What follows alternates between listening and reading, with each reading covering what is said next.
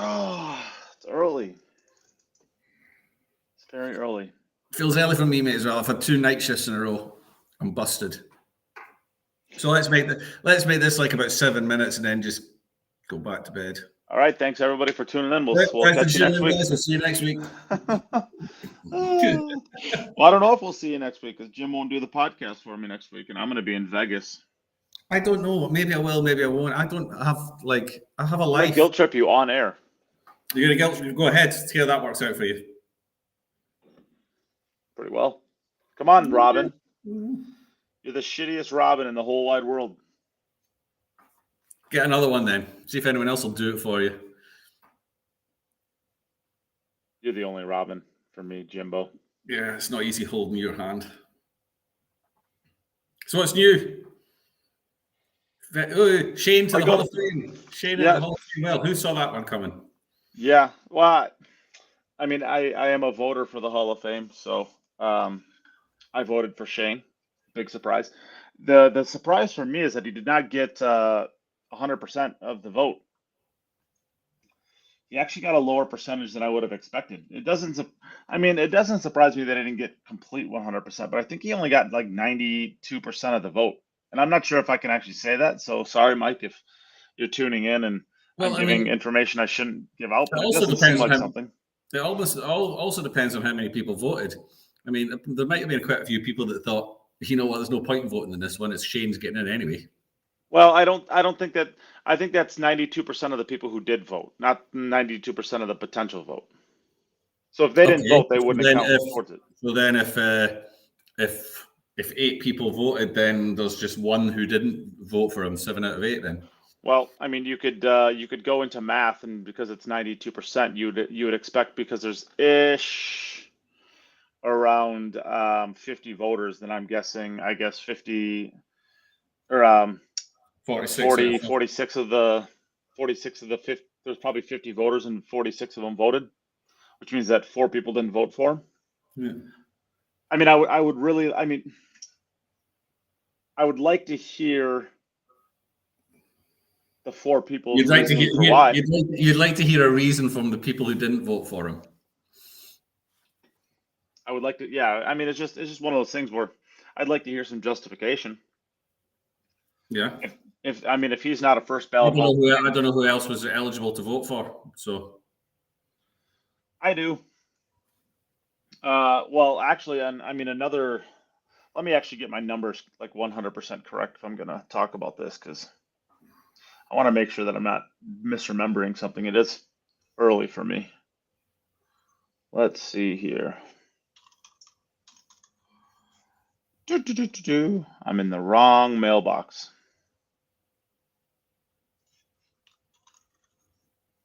Here we go.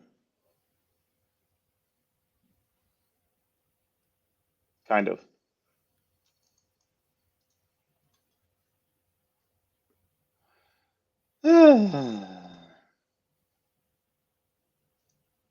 What an incredible podcast we have here. It's good, isn't it? Shane was named on 96% of the votes. 96%. Okay. He was named on. Yeah. Okay. So I guess maybe 4 people didn't vote for him. No, it'd be 2 people. Or 2 people. Yeah, 2 people. Depending on how many. I guess 50 total votes were tallied. So 2 96. So 2 people didn't vote for him. I would like to know which those 2 people were and how they could justify it. But I don't know. Hello, Keith. Hello. We don't want to talk to Chris. Never mind. Yeah, he always was going to say hi to Chris, but yeah. Chris has got time to come in here and start commenting in the comments, but he can't. But he can't be on. Yeah, he can't come on and talk to us. Yeah. Yeah, whatever, bruh. So yeah, I guess Shane Van Boening was named on 96% of the vote. Coming in second was Guy Young Kim at 26%, Carlo Beato at 22%, and Corey Deuel at 16%. For full disclosure, because I always give the reasoning, or who I voted for in the reasoning, I voted only for Shane Van Boening, and I decided to vote only for Shane Van Boening, not because I didn't think Carlo Beato or Guy Young Kim were worthy, because I absolutely do. I contemplated this long and hard. And I decided that it's probably best for Carlo and Guy Young Kim to have their own night where they're not an afterthought. Because ultimately, if you're going in with Shane Van Boening, every single person is going to be there for Shane Van Boening. You are very much the support act. Yeah, you are nothing more than an opening act, right? Mm-hmm. Or you better hope you're the opening act. I tell you what, I mean, all players that are in the Hall of Fame get a vote, don't they? Yes. All living members, yes. So there's probably a few in there that would have just voted. Well, obviously 2 then, I would guess, that voted for Guy Young Kim.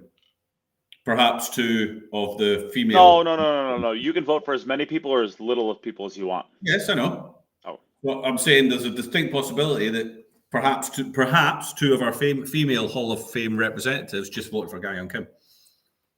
I mean, Shane's getting in anyway. They know that. They all know that. Everybody knows Shane's getting in. Yeah. Nope. I mean, that's possible. Yeah, that's possible. Or maybe just Daz just hates Shane and doesn't want to vote for him. Could be Darren. He's a horrible man. Yeah.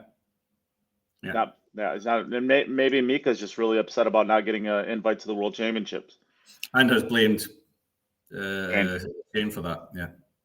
That is stupid. How does it I mean, if Shane hadn't come back and won 10 racks in a row against Mika, he might have won the World Championship a couple of years ago, and he'd be. But yeah, for the 3rd time, right? Because I just don't know. He's won it twice. I mean, sure, he hasn't won it since 2007. I'm pulling that off the top of my head. I think he won it in 2004 and 2007 or something like that. But he's still playing some pretty high level pool, and given the fact that he's fallen off the rankings due to a cancer diagnosis, you'd think you'd give the guy a shot. He won it once. Did he really only win it once? I think he won it twice. It's a difficult one, that, and it's he's been world champion more than once. I know that, but what he's won, I don't know. It's a difficult one. Do you protect players on the ranking when they have health issues? They do in other sports, but I'm not sure. Yeah, I don't know. Yeah, obviously they don't do it. He's fallen off the ranking, but they do have they do have spots available. It's only the top 100 who get in. So there's 28 spots that will be given to invitationals. So you don't have to be on the ranking. So perhaps there is a spot for him. I mean, his post on Facebook was very much informing, but also making sure that Match know that that he hasn't been given a spot. Yeah, it was kind of informative and also asking the question. Hello, Matchroom. Any chance of hello? Any chance of I know that there are. It is definitely something that is a little bit goofy because the 128, and I know that there was some confusion, at least on the WPA side of things, on how many invites that they got and how many invites they could give out. And I know that there was some anger on the Matchroom side that they have to share their invites with the WPA, we'll say. I thought it was always going to be the top 100 and then 28. Almost. Yeah, I think that the Matchroom would rather not give any out to anyone. Yeah, but that was always the agreement when they went for sanction, and it hasn't changed. Doesn't mean you have to be happy about it. Yeah, then don't sanction it.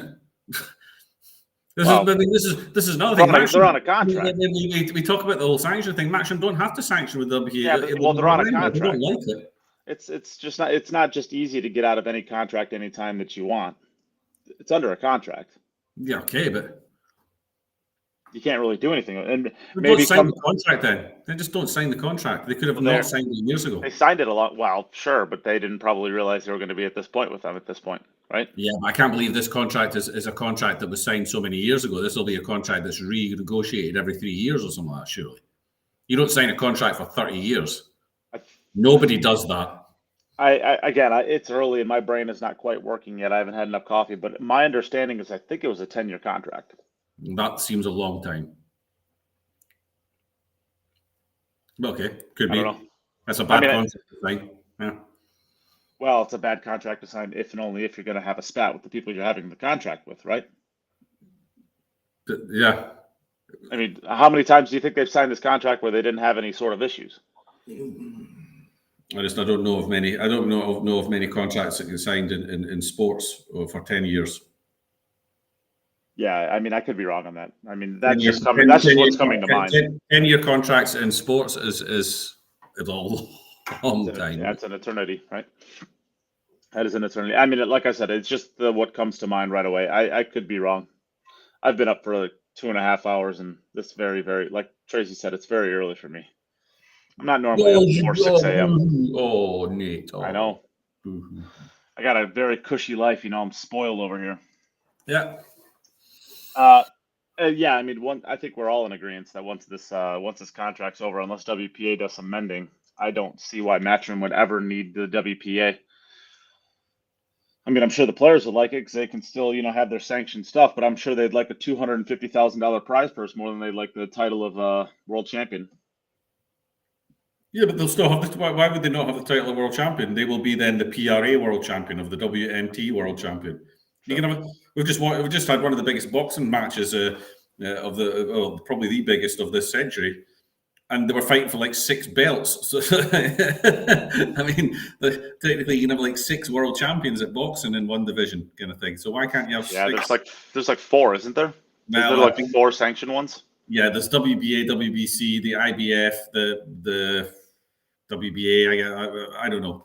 There seemed to be more. There was more than 4 belts getting carried around anyway. You had the linear. I don't know. There's so many stupid things now. But let's say there's 4. You can definitely have 2 world champions at 9-ball. Why wouldn't you have that? Yeah. You just don't have the history then. That's what people miss. The history. You don't have the history yet. Yeah. You won't go on that list with all the other greats. But I mean, technically, I guess Matchroom could have a list already with any world champion that they've created under their flag, under the Matchroom flag. Okay, it was sanctioned by. What does that go back to? Qatar? Well, that also goes back to the 90s when it was in Cardiff and everything. Yeah, I suppose. Yeah, right. So they already have a list of Matchroom world champions. Okay, well, I don't know. I don't think anyone really cares that much if they're the first one on the list. There's always a first one on the list. Yeah, I dig it. Yeah. I mean, we're all pretty. I mean, I think that it's kind of a silly thing to argue about between the WPA and the Matchroom. But I mean, if you're gonna put a gun to my head, I'm gonna take the Matchroom side of things because the Matchroom's innovating and actually moving things forward. Absolutely. And again, whatever WPA is not a promotion company, don't spare me with that. If you're going to try to limit people who are promotion companies, then all you're doing is you're being an anti-promotion company, right? Whatever. I don't know. What do you want to talk about now? You want Robbie Capito and the UK Open? Yeah, it was another a little bit similar to the Spanish Open, the way it went, came out with semi-finals. I don't think anyone picks that as the 4 semi-finalists.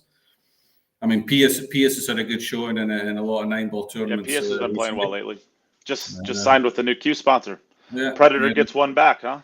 Yeah, and he had a good showing at the Derby and so. But yeah, I never saw Robbie Capito coming through and winning this. Honestly, that's a nice signing for Predator. It's a great signing for Predator. They need some big names, Yeah, right as what he's coming into the prime too. Yeah. And it was a massive opportunity for Pius, for Fortunski. Fortunski has been one of the, I would say that the Matchroom group, who got some flowers at the beginning kind of thing, but he's kind of fallen out of there a little bit. He kind of comes and goes, doesn't he? Yeah, but he's shown again that he's got it, and it was a great opportunity for any of the 3 Europeans in the semi-finals to really stamp their authority on a Mosconi Cup spot. 30,000 makes a big difference. 15 doesn't make a huge difference really for second place. But Pius was the one in the semi-finals that if he could have gone on and won that tournament, he'd have been in a great position for Mosconi Cup. But we'll see. Should be fun. I like Pius. A lot is going to be decided at the World Championships when you look at the the money that's up for grabs just for reaching a semi-final. That's the one where a semi-final is probably going to get you in the Mosconi Cup. I'll tell you what, if if this right here was the World Championships, your Mosconi Cup team would have Mieszko Fortunski and probably at least Pius or Petri Mäkinen.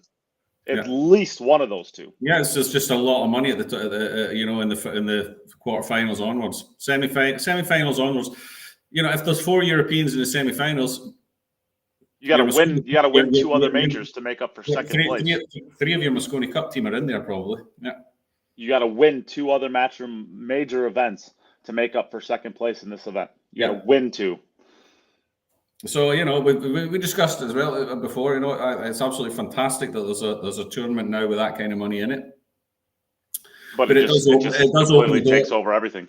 It does open the door for one player to just have an absolute flyer for 1 week in the whole year, and we've seen a lot of that recently. We've seen a lot of those players. And semi-final. Nobody's going to remember that you got to the semi-final of World Championships. Nobody cares about players that get to the semi-final of World Championships, but it's going to get you in the Mosconi Cup for that 1 week. If you have a Sufi week, you're in Mosconi Cup.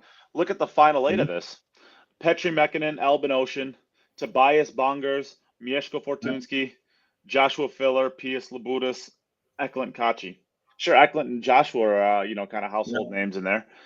But Mieszko loses Tobias Bongers. You're going to end up having,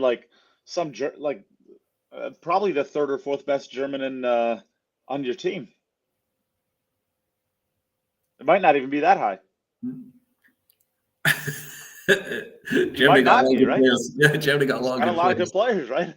But that's it. I mean, but it also makes the World Championship interesting it puts more layers on the onion, shall I say, for the World Championships. It makes it really, really interesting.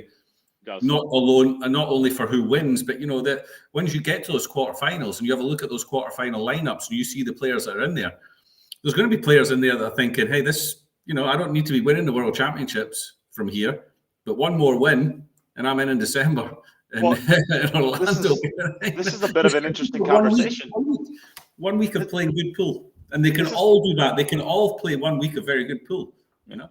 There's this actually kind of an interesting conversation, right? Because I mean, you could almost ask the question like, would you rather be the U.S. or would you rather be Europe when it comes to the Mosconi Cup? Now with the schedule the way that it is, you have a lot of these, middle tier type of pro players that are out playing every single weekend now, just because there's so many more opportunities. It's significantly more likely that you're going to have all Shane, Sky, and Fedor, every single one, than any combination of Jason, Josh. I mean, not Jason, obviously, because he's the captain, but Albin, FSR, Josh. You're more likely to have none of those players than probably to lose one of Shane, Fedor, and Sky. Yep. You're much more likely to lose all 3 of those players and end up with Petri Mäkinen, Mieszko Fortunski, and Pius Labutis. Yeah, you're more likely. The chance is very, very high. I think more chance, but I'd say there's probably about a 90% chance that the team that goes out for Europe in Orlando will be weaker than the team that played last year, and will probably have at least one rookie on it. I mean, I know what you're saying. You're saying that the team at the time last year, not that same team coming back this year, because FSR and Dave, you can't argue that FSR and David Al-Qaedi were in higher form last year. I mean, David Al-Qaedi looks like a shell of himself with his new equipment. No, but I know what you're saying. That team had just played the year before. They're out there again. They're all playing pretty well, Yeah. I know what you're saying. We don't know. I agree. We don't know who's going to be playing well in November, but I mean, if that was for me. I said it before. That was probably the toughest one for USA to win in 15 years, with the same team coming back again, playing well at the time. That was always going to be a tough one. It's a big ask, yeah. Yeah, so you're getting a stronger team for Europe. It's going to be tougher, but again, just anybody has a good week there, just for 1 week. This is set up for somebody like a Dennis Graba. Or a Pius Labutis. Or a Kazakis. You know, Congratulations. Yeah. Speaking of which, congratulations to Alex Kazakis and Wojtek Szewczak, both having children. Congratulations, guys. See, these are all names where you think you wouldn't be overly surprised if they got semi-final at World Championships. But would you have said they'd be Mosconi Cup players at the start of the year? The group of players that you would say could qualify for the European Mosconi Cup team is substantially smaller than the group that you think could get to the semi-final of the World Championships. Well, I was going to say, if you get well, you're not wrong in a sense of you're only playing for 3 positions and you're playing against the likes of Josh Filler. So I'm going to say you're really only playing for 2 positions. So you're right in that sense, because there's really only 2 positions that are open. And that's assuming that, FSR or let's say like an Albin Ocean doesn't have a good season. Because I don't think that they're ever going to get a wild card. Because, how do you not take, at this point, Jason Shaw? Obviously, he's the captain, so he's going to be on there, whether he's the first wild card pick or whether he's going to qualify outright. But how could you ever take a wild card that isn't Jason Shaw or like an Albin Ocean? They've been there, done that on that stage, and have played well. You're never gonna. I don't care how good a form Eklund Kachi was in better form than probably anybody last year going into the. But nobody knew if he was physically capable. Nobody knew if he was physically capable last year. Well, he was playing again. You're right. But he was playing. Yeah. Well, he had just got done with the World 8 Ball, and he made the quarterfinals of the quarterfinals or the semifinals of the World 8 Ball. The quarterfinal, or he made the semifinals, because I think he lost to Wojtek Szewczak in the semifinals. Yep. So he's got to be capable if he's making. That's not a slouch tournament. But, yeah, Okay, what I'm saying is, like you said, if you give me a list of 10 players that are going to be on the bus. If you took the World Championships out of the schedule and said, how big is your group of players that you think could qualify for Team Europe over an entire season? You'd be picking. I think that's big. I'm saying I would go closer to like 10. Well, the entire team last year, and then.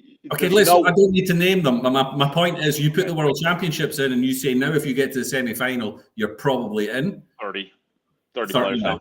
Yeah, there's 30 players that could do that. But I do think there's probably 15. When you start talking about like players like Sanjin Pelovanovic and Eklund Kachi, again, these are guys that are going to have to qualify in the top 3 because they won't get a wild card. Correct, but they're also very, very, very capable of it. Yeah, well, I don't know. Sanjin hasn't been very close. Mario Hay, I think you probably have to talk about. Sanjin's not really been close at all. No, but he's also 22 years old or 23 years old. And don't get me wrong, he's had a bad season so far. He has not been played well, but he won a couple big events towards the end of last year, and his trend was going up. Mm-hmm. If you said that he was going to have a chance, if I told you that come October, Sanjin Pelovanovic was one of the top 3, you wouldn't be like, oh my God, that really surprises me, right? No, not massively, no.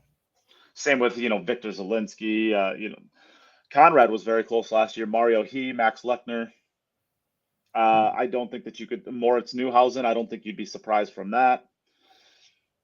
I think you could probably start coming up with about 15, I think would be about the list. After that, but I think you're stretching to get to 15. But anyway, the World Championships are going to throw up. There'll be a surprise in there. There'll be somebody in there that myself or other Mosconi Team Europe fans are probably thinking, they get to the final 8 and think, do we really want this guy to win another match? Yeah, right. So let me ask you this. You're a nice guy, but do I really want you to be winning another match here? So let me ask you this. All right. So I'm gonna make some claims, and you're gonna tell me whether or not I'm wrong on any of them, and then my conclusion will come. Shane Van Boning will qualify. Yes. As one of the 3. Fedor Gorst will qualify as one of the 3. Yes. I suspect Sky Woodward is going to qualify as one of the top 3. I have my doubts about that. Because he doesn't play enough events. The amount of events he might skip some events knowing that he's already in the team now. Correct. And that is one thing but I think if you just take the Matchroom Majors, there's nobody that's going to qualify higher than him, in my opinion. So there's no way that Fedor and Shane are never going to be on the team. I mean, unless barring some injury, Fedor, Shane, and Sky are guaranteed to be on the team. Yes. But I only mean about the guaranteed qualifiers, right? Just the guaranteed qualifiers. Guaranteed qualifiers. That's 3 of them. There might be a 4th one, depending on whether Sky plays enough events to qualify directly. So would you rather be the U.S. knowing that 2 of your 3 guaranteed to qualify every single year are going to be Shane and Fedor, or would you rather be Europe having really no idea, maybe outside of Josh? Going forward, now that the calendar expands, there's really a lot more opportunity for some of these middle tier. I don't want to say middle tier, but like the on the edge of breaking through players coming through. Let's not forget the group of American players that you reckon could fill a spot for Mosconi Cup is growing every year as well.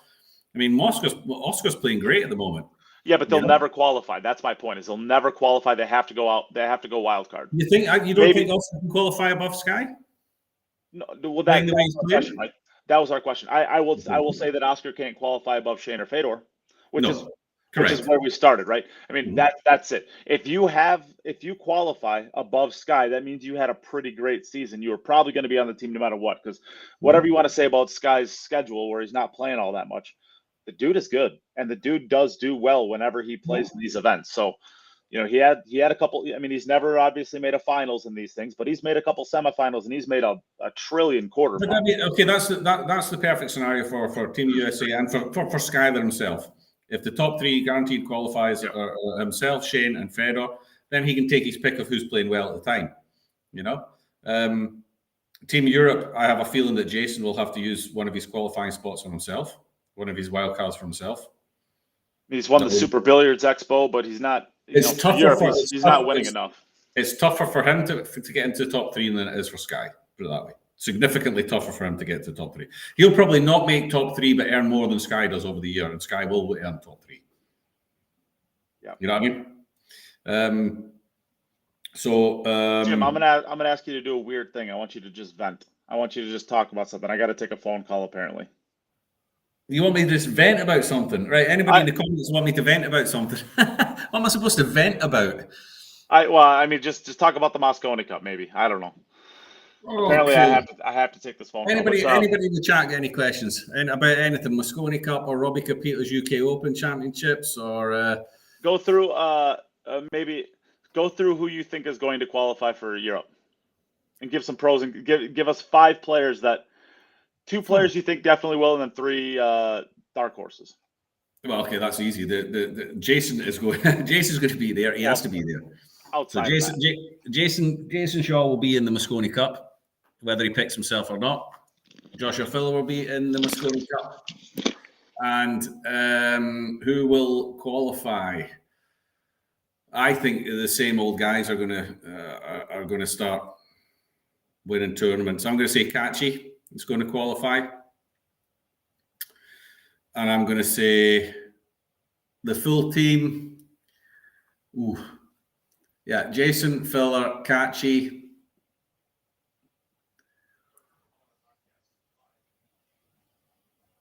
Albin, and a surprise. A rookie. Don't know which one, but it looks like Pius is playing well at the moment. Team USA, it doesn't matter. You're going to get pumped anyway. So it's going to be funny. I've got my Mosconi Cup tickets, and don't have all of them yet, but we're going to be we're going to be sitting in the USA section. So I'm going to be sitting with all the USA fans. There's my poll now. I'm on this on my own at the moment because Nate's had to take a phone call. I'm actually expecting a package to be delivered, and if that happens now at the same time, then you're all going to be on your own. So what else have we got? World Championships. Who do we think is going to win the World Championships? I'm going to go for. I think it'll be one of the big names. I think there's going to be a lot of pressure on people that are just under the top level kind of thing when it gets a bit deep. So I don't think we're going to see the same kind of thing as the UK Open. I'm going to go with world champion to be Kachi. I think we'll win the World Championships. I don't think anyone's going to get into the Mosconi Cup on a semi-final or a quarter-final. I think it's going to be known guys at the end of the tournament. I'm going with Kachi to win the World Championships. Who's your picks? I'll tell you how silly you are. For Mosconi? Yeah. Jason, Albin, Filler, Catchy, and a surprise. You're not giving the surprise? You're just going to say No, surprise? I don't know who it is. It'll be a surprise to everybody. But, somebody like a Pierce or something like that. I think Pierce is a good pick right now. Seems to be in form.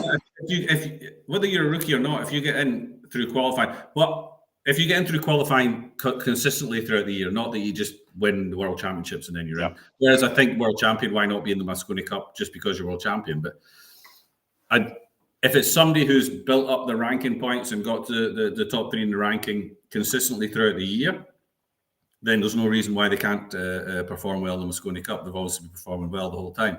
If it's just somebody who gets in just because they had one good week at the World Championships, then it's a bigger risk, obviously. And like we said, there's a lot of players that could do that. Yeah. I mean, currently looking at the U.S. Mosconi Cup, Fedor's in first by 28,000, or that has 28,000. Tyler Steyer's in second with 18,000. Oscar Dominguez at 16. How do you even get to these numbers? $16,663. Who is paying out $3? Anyways, BJ Ushery, 14,000. Shane Van Boning, 12,000. So basically, BJ Ushery's on the outside looking in at this point. Where's Billy? Because I think that I would be. Billy's down in 13th with 1,300. I mean, for me, Billy, I don't. Yeah. Billy Danny Olsen is higher than him. Yeah, okay, it's still early. Billy has to be in that team. Yeah. I mean, I think that he's going to be on the. I think it's going to be Fedor, Shane, Sky, Oscar, and Billy.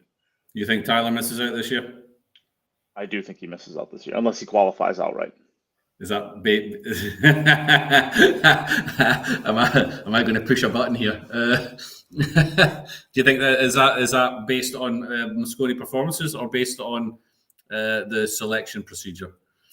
Selection procedure. Okay. I don't think that Tyler's played that bad.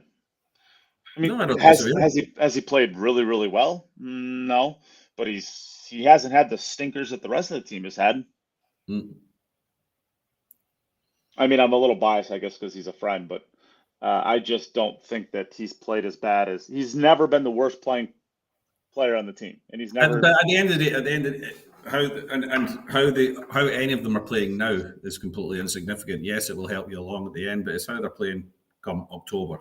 You saw it with Jason. Oh, Jordan Graham. Yeah, that makes a lot of sense. Yeah, props to you. You get it. I didn't.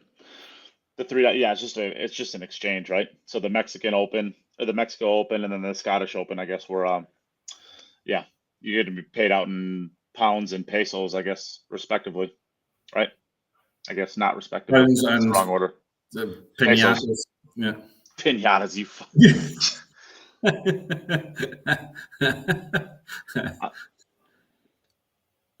Well, I don't know. Pinatas? Seriously? Pounds and pinata? You're going to get me canceled. Oh, Jesus Christ, Jimbo. What does Spain use? Do they use the euro? Spain's got the euro now. Yeah. Yeah. So most of the countries are using euros except for Norway and Scandinavian countries or a couple of Scandinavian countries. The UK obviously don't use it. Netherlands doesn't use it, does it? Don't they use like the krones or something? No, we use. No, that's Iceland. Iceland uses the krone, right? There's that Norway. No, Denmark uses it. I think Norway does. You've got a few countries that have their own krone. Yeah. Yeah. What else doesn't have the euro? I've been there. Hungary doesn't have the euro. Turkey doesn't have the euro unless you go to the touristic bits, and then they'll use both. Sure. Yeah, it's kind of like basically anywhere in North America. If you have U.S. dollars, they prefer U.S. dollars actually, for the most part. At least, especially the Caribbeans. I mean, when I went to the Dominican Republic, like I got, I don't know, a couple $400 or $500 worth of their local. I think the Dominican peso, I think, is what it was called. and like they didn't even want to use them. They wanted dollars. Yeah. So I basically, and I brought some of it back just as like a touristy thing, but yeah, they preferred dollars for everything. Poland have got the zloty still, have they? Yeah, okay. Yeah. Who wants to go Poland? The things you talk about, I don't know. Yeah. I don't know. So I guess going over to the European side of the Mosconi Cup, David Al-Qaeda is still in first place. Yeah, I don't understand how that's happened, but okay. I mean, I don't remember him winning anything. I don't remember him. I think he won one match in the Premier League. I mean, well, to be fair to him, I was going to say since the last Mosconi Cup, so the ranking builds up again after. I don't know what he's won. Yeah, where's he got? What's he got? 15 grand. Where's he got that from? 33,000. Where's he got 33 grand from since the Mosconi Cup? I don't remember. I mean, where's Matt Poland when you need him? Oh, he said he's gonna have to rewatch it later. Gosh darn it, that guy knows everything. I mean, I know he had a pretty decent run at the Spanish Open or the Scottish Open, right? Didn't he make like a quarterfinals or semifinals? We're not getting anywhere close to that for that. No, but it's Oscar earned more than him there. Isn't the International Open on this year's calendar? Well, it wasn't. It wasn't on last year's when Jason almost got screwed out of a spot. That was 2 years ago. Or 2 years ago when Jason almost got screwed out of a spot. Well, it doesn't matter. He's going to get a wild card no matter what. Did it? International Open. I don't even remember what happened at the U.S. Open or the International Open now. Don't know. I don't know. Did Pierce not get the final again or something like that? No. Yeah, I don't know. Pius is at 28,000. Josh Filler's at 28,000. And less change than Pius. Jason Shaw's at 24,000, which I guess is mostly the Super Billiards Expo. And then Victor Zielinski's at 23,000. Jonas Sota is at 20,000. Mieszko is now at 17. Albin 16. Moritz Neuhausen 16. Eklund Kachi, I guess it kind of falls off pretty steep there. Eklund's got 8.5. Vitaly Patsuro's got 8.5. Mario, he 8.5. So I guess you got your top 5: David Al-Qaeda, Pius, Joshua Filler, Jason Shaw, Victor Zielinski. Give me 2 that are staying. Give me 3 that are falling. Sorry, say that again. Your top 5 are who? Give me David Al-Qaeda, Pius Labutis, Joshua Filler, Jason Shaw, Victor Zielinski. They're all separated by about $10,000, less than $10,000. Mm-hmm. 2 that are staying, 3 that are leaving. Well, Filler and Shaw stay. I don't think that. I do not think Jason stays on the top 5 list personally. No, okay. No, I think Josh does. I think Josh and Victor are the stayers. But it wouldn't surprise me a bit if Pius is I think Pius has a better chance of staying on the top 5 than Jason. I just think he's in better form. Great. We'll see, I guess. I don't think Victor makes the team. I don't think he gets there. Well, I mean, you could stay on the top 5 list and not make the team, right? Yeah. And I could see that happening. I could see him ending 4th, maybe 5th still. But Victor does make a lot of semifinals. I mean, he's a lot like Mario He in that sense. I mean, he's at the end, the tail end of a lot of tournaments, but it hasn't quite broken through. The time to do it is in 2 weeks. Yeah, right. Well, yeah, I mean, I guess it doesn't really matter on this top 5. I mean, really what we're predicting is which one of these players is going to place in the top 4 of the World Championship, right? It could be none of them. Could all be Asian players. Yeah. I guess to Dom Nice's comment, I mean, Jason did win the Super Billiards Expo a couple weekends ago. I don't know if you consider that a big win or not, but to be fair, I don't think that Jason Shaw's really won a huge event since the U.S. Open, besides the Hanoi, right? Yeah, okay, but I mean, the point is valid. Shaw hasn't been winning much lately. I think Hanoi was his last big win. How many big tournaments have there been since Hanoi that he hasn't won? I mean, what are you talking about big tournaments? Yeah, I mean, the UK Open, I guess, is really the only one, right? The UK Open is the only matchroom one. So, yeah, he didn't win the UK Open, okay. International Open. That's not been since Hanoi, has it? That was before Hanoi. No? Right around the same time. I don't. Derby's not a big tournament. Come on, it is a big tournament. It's a big tournament, but it's a stupid format. Yeah, it's just a stupid format. It's anything except professional. The PLP definitely is not a big event either, especially if you were on site. That was a clown. That was a clown fest. I don't know if they'll continue having that in a pool room. I mean, it was honestly the atmosphere was really fun. It was really cool, but I don't know that they'll still continue to do that. I'm not sure. Yeah, I mean, I don't know. None of this matters because who are you picking? Give me 3 guys for the World Championships. Oh, you were there. Oh, well, then you know how big of a clown show it was. It was fun. It was fun. 3 players for the World Championship. Okay, so 2 favorites. I'm going to take Eklund Kachi and Fillert. I think that those 2 players have just ice running through their veins, and I think that purse is going to get to a lot of players. I don't think that those 2 are going to be one of them. I think that those 2 are going to be. I think they'll be down towards at least the last 16, and one dark horse. One dark horse.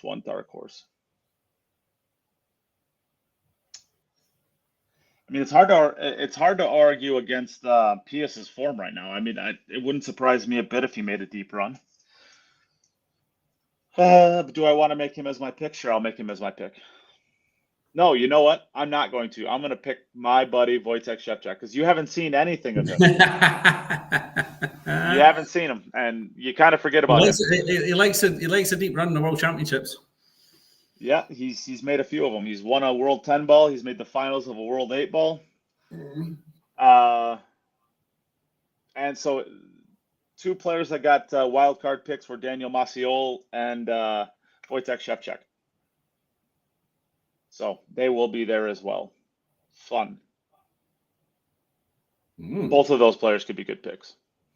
Although we'll see what electing not to sign is going to end up doing to their games. They haven't had the battle. They haven't had the battles recently. Let's see what it does. Those tables. Yeah. What do you think? Who do you think for? 2 of my players are going to be the same, so I'm going to swap one of them out, which is stupid. Because how do you not? My picks? Yeah, 2 of your picks are the same as mine. I don't want to have 2 the same. I'm going to go Kachi as well. I said Kachi earlier in the podcast, so I'm going to get rid of Filler then, which is stupid, obviously. It's stupid. And I'm going to go Little Cole. And who's your dark horse?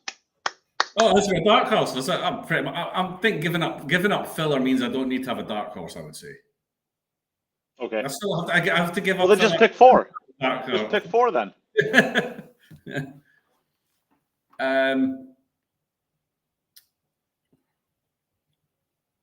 No, I'm going to go Kachi, one of the Cole brothers. Because they'll end up playing each other in the semi-final. Go Ping Han! Go Ping Han! Not that one. The other 2. One of the other 2. They'll play each other in the semi-finals, I'm predicting. And then I go for... Do you think if they played in the semifinals, they'd chop the money? Well, they're chopping the money in, won't they? I don't know. I'm going to go with... They're probably not chopping with Koping Han. I'm going to go with Dennis Grabe. You really want to get him on your team, don't you? I'm going with Big Dennis. I think it's his time. I didn't say I wanted him on the team. It might be that when he gets to the quarterfinal, like I say, I'm saying, "Oh, don't win another." But I think he's one of those guys that can make the most out of the fact that it's just performed once. I do like Dennis. Have one good week. I think he's one of those guys that can have that good week. Whether or not he can consistently do it over the whole season to qualify for the European team is very, very tough. But he's more than capable of having a 1 week and just playing lights out for a week and taking it down. I like Dennis. That would be awesome. I'd be okay with that. I think it'd be great to have him on the team. I got along really well with Dennis. I'd love to have him on the team. Oh, he's one of the funniest guys on tour. He's got he's got You that just like really really dry You humor. just don't want him like, and Kazakis on the same team because it just turns into a clown show, the two of them. Yeah, well, That's it. They're missing me and you together. A lot of spooning between those. I think two, there's more than too much manly touching. I think, yeah. Yeah, too much spooning. Yes, kind of what it is. All right. Robbie Dennis actually used to listen to the podcast, so we'll see if he's still watching the podcast. See if I get a nice angry message later on saying you can't sell out my secrets. You know what? I want to pick one more player since you got to pick one more player. Can I pick one more player? All right then. I'm picking Carlo Beato too. Yes, yeah, Carlo Beato as well, but that's Carboys says, why is he put a wanker thing? Because you're a wanker. Oh, we're assuming he's talking to me. Well, it doesn't talk to me. No. He wouldn't talk that disrespectfully to me. I wonder if Boysy's going to play in it. I wonder if Boysy got a spot in it. Hey, Boys, did you get a spot in it, or if you got a spot in it, you should give it up and give it to Mika. Poor guy. Boysy, did you get a spot? Have you been given an invite, or are you just going to be in the comms booth? I don't think there's any way he could have gotten a spot. I don't know. I mean, you're assuming that all 100 players from the top 100 are going. I'm sure there'll be some that don't. So there's going to be more than 28 wildcards. Yeah, but I think they fill out through the next 28 from there. There's 128 ranked players, right? And I think if like one of a few of the players in the top 100 don't play, I think it just goes to 101, 102, 103. Are you sure? No, it's not just extra wildcards. I would. No, I'm not sure personally, at all. I would find it a smart decision to just open up more wildcards rather than to say. I'll tell you what. If I was number 101 on that list, I'd be pretty pissed if that was the case. Yeah, then make sure you're not get into the top 100, right? Yeah, that's of course. Yeah, that's a response to that. I get it. Now, what else do we need to talk about?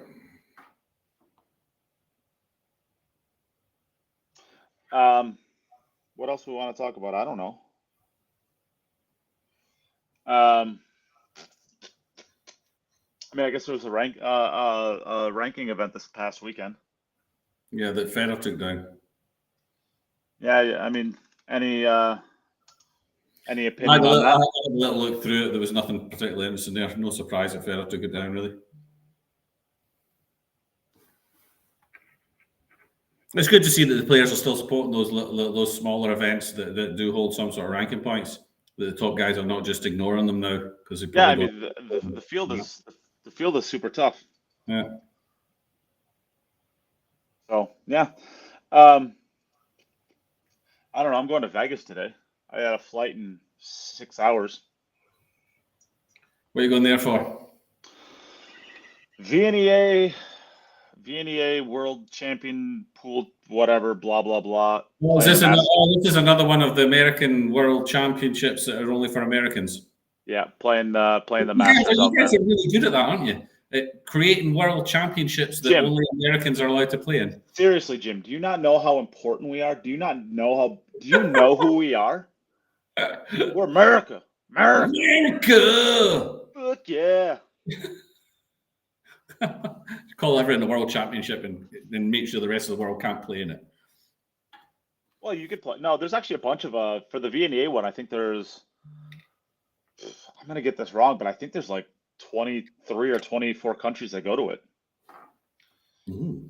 Germany goes, Spain, Japan, New Zealand, Australia, Mexico, Canada, Bermuda. Big powerhouse them. Mm-hmm. Jamaica, man. There's a bunch of them. Well, that's okay then. Yeah. Portugal. I played a guy from Portugal last year. That was fun. Are you playing on these valley good tables? Six-inch valley tables? 6 1/3. Yeah. 6 1/3 inch pockets on a valley 7 foot? Yeah. It's real pool. It's tougher to hit a rail. Real cool, baby. I'll tell you what. There's actually some like incredibly good players that play in this event that you've heard of, that you know. I believe you. Alex Olinger plays it every year. Brilliant. Ryan Stone, TJ Steinhaus, Rob Matson, all 750-ish players. Some more, some less, but I think Alex Olinger at one point in time was like a just shy of 760 or right around 760. You don't know who Alex Olinger is? I do. Oh, it's a tough tournament. Can be a tough tournament. I thought a cat. Well, it's a tough tournament when anybody who's can run out because the pockets are 8 inches. Exactly. No, you can't not run out. Yeah, I don't know. So if anybody's going out to VNEA and wants to catch a drink, first 12 are on you. Yeah, Nate doesn't like to buy drinks. I just have no money, Jim. You don't do the podcast with me anymore, so like I don't make any money from the podcast. What else happened? There's other stuff that's happened. Oh, I mean we can. We didn't really finish talking about the Hall of Fame. You want to talk more about the Hall of Fame? What's there to talk about? Well, Michael Pinozo. Pinozo's getting inducted. Yeah. Well done to Mike. I was wondering when that would happen. You know, and I'm wondering if people got together and said, "Listen, should we not be voting for Pinozo at some stage here and make sure he gets his green jacket as well before he cocks it?" But well, I think he's plenty deserving. I've been working a little bit behind the scenes trying to get him in for a while now. Absolutely, he's deserving. That'd be nice. Yeah. I'm glad that he's. Well, I love his response to it. Was now he's embracing it and he's loving it. And he's like, "Yeah, this is me. I'm well deserving. Yeah." But last year he was saying I wouldn't want to partake in a club that allowed me to be a member of it.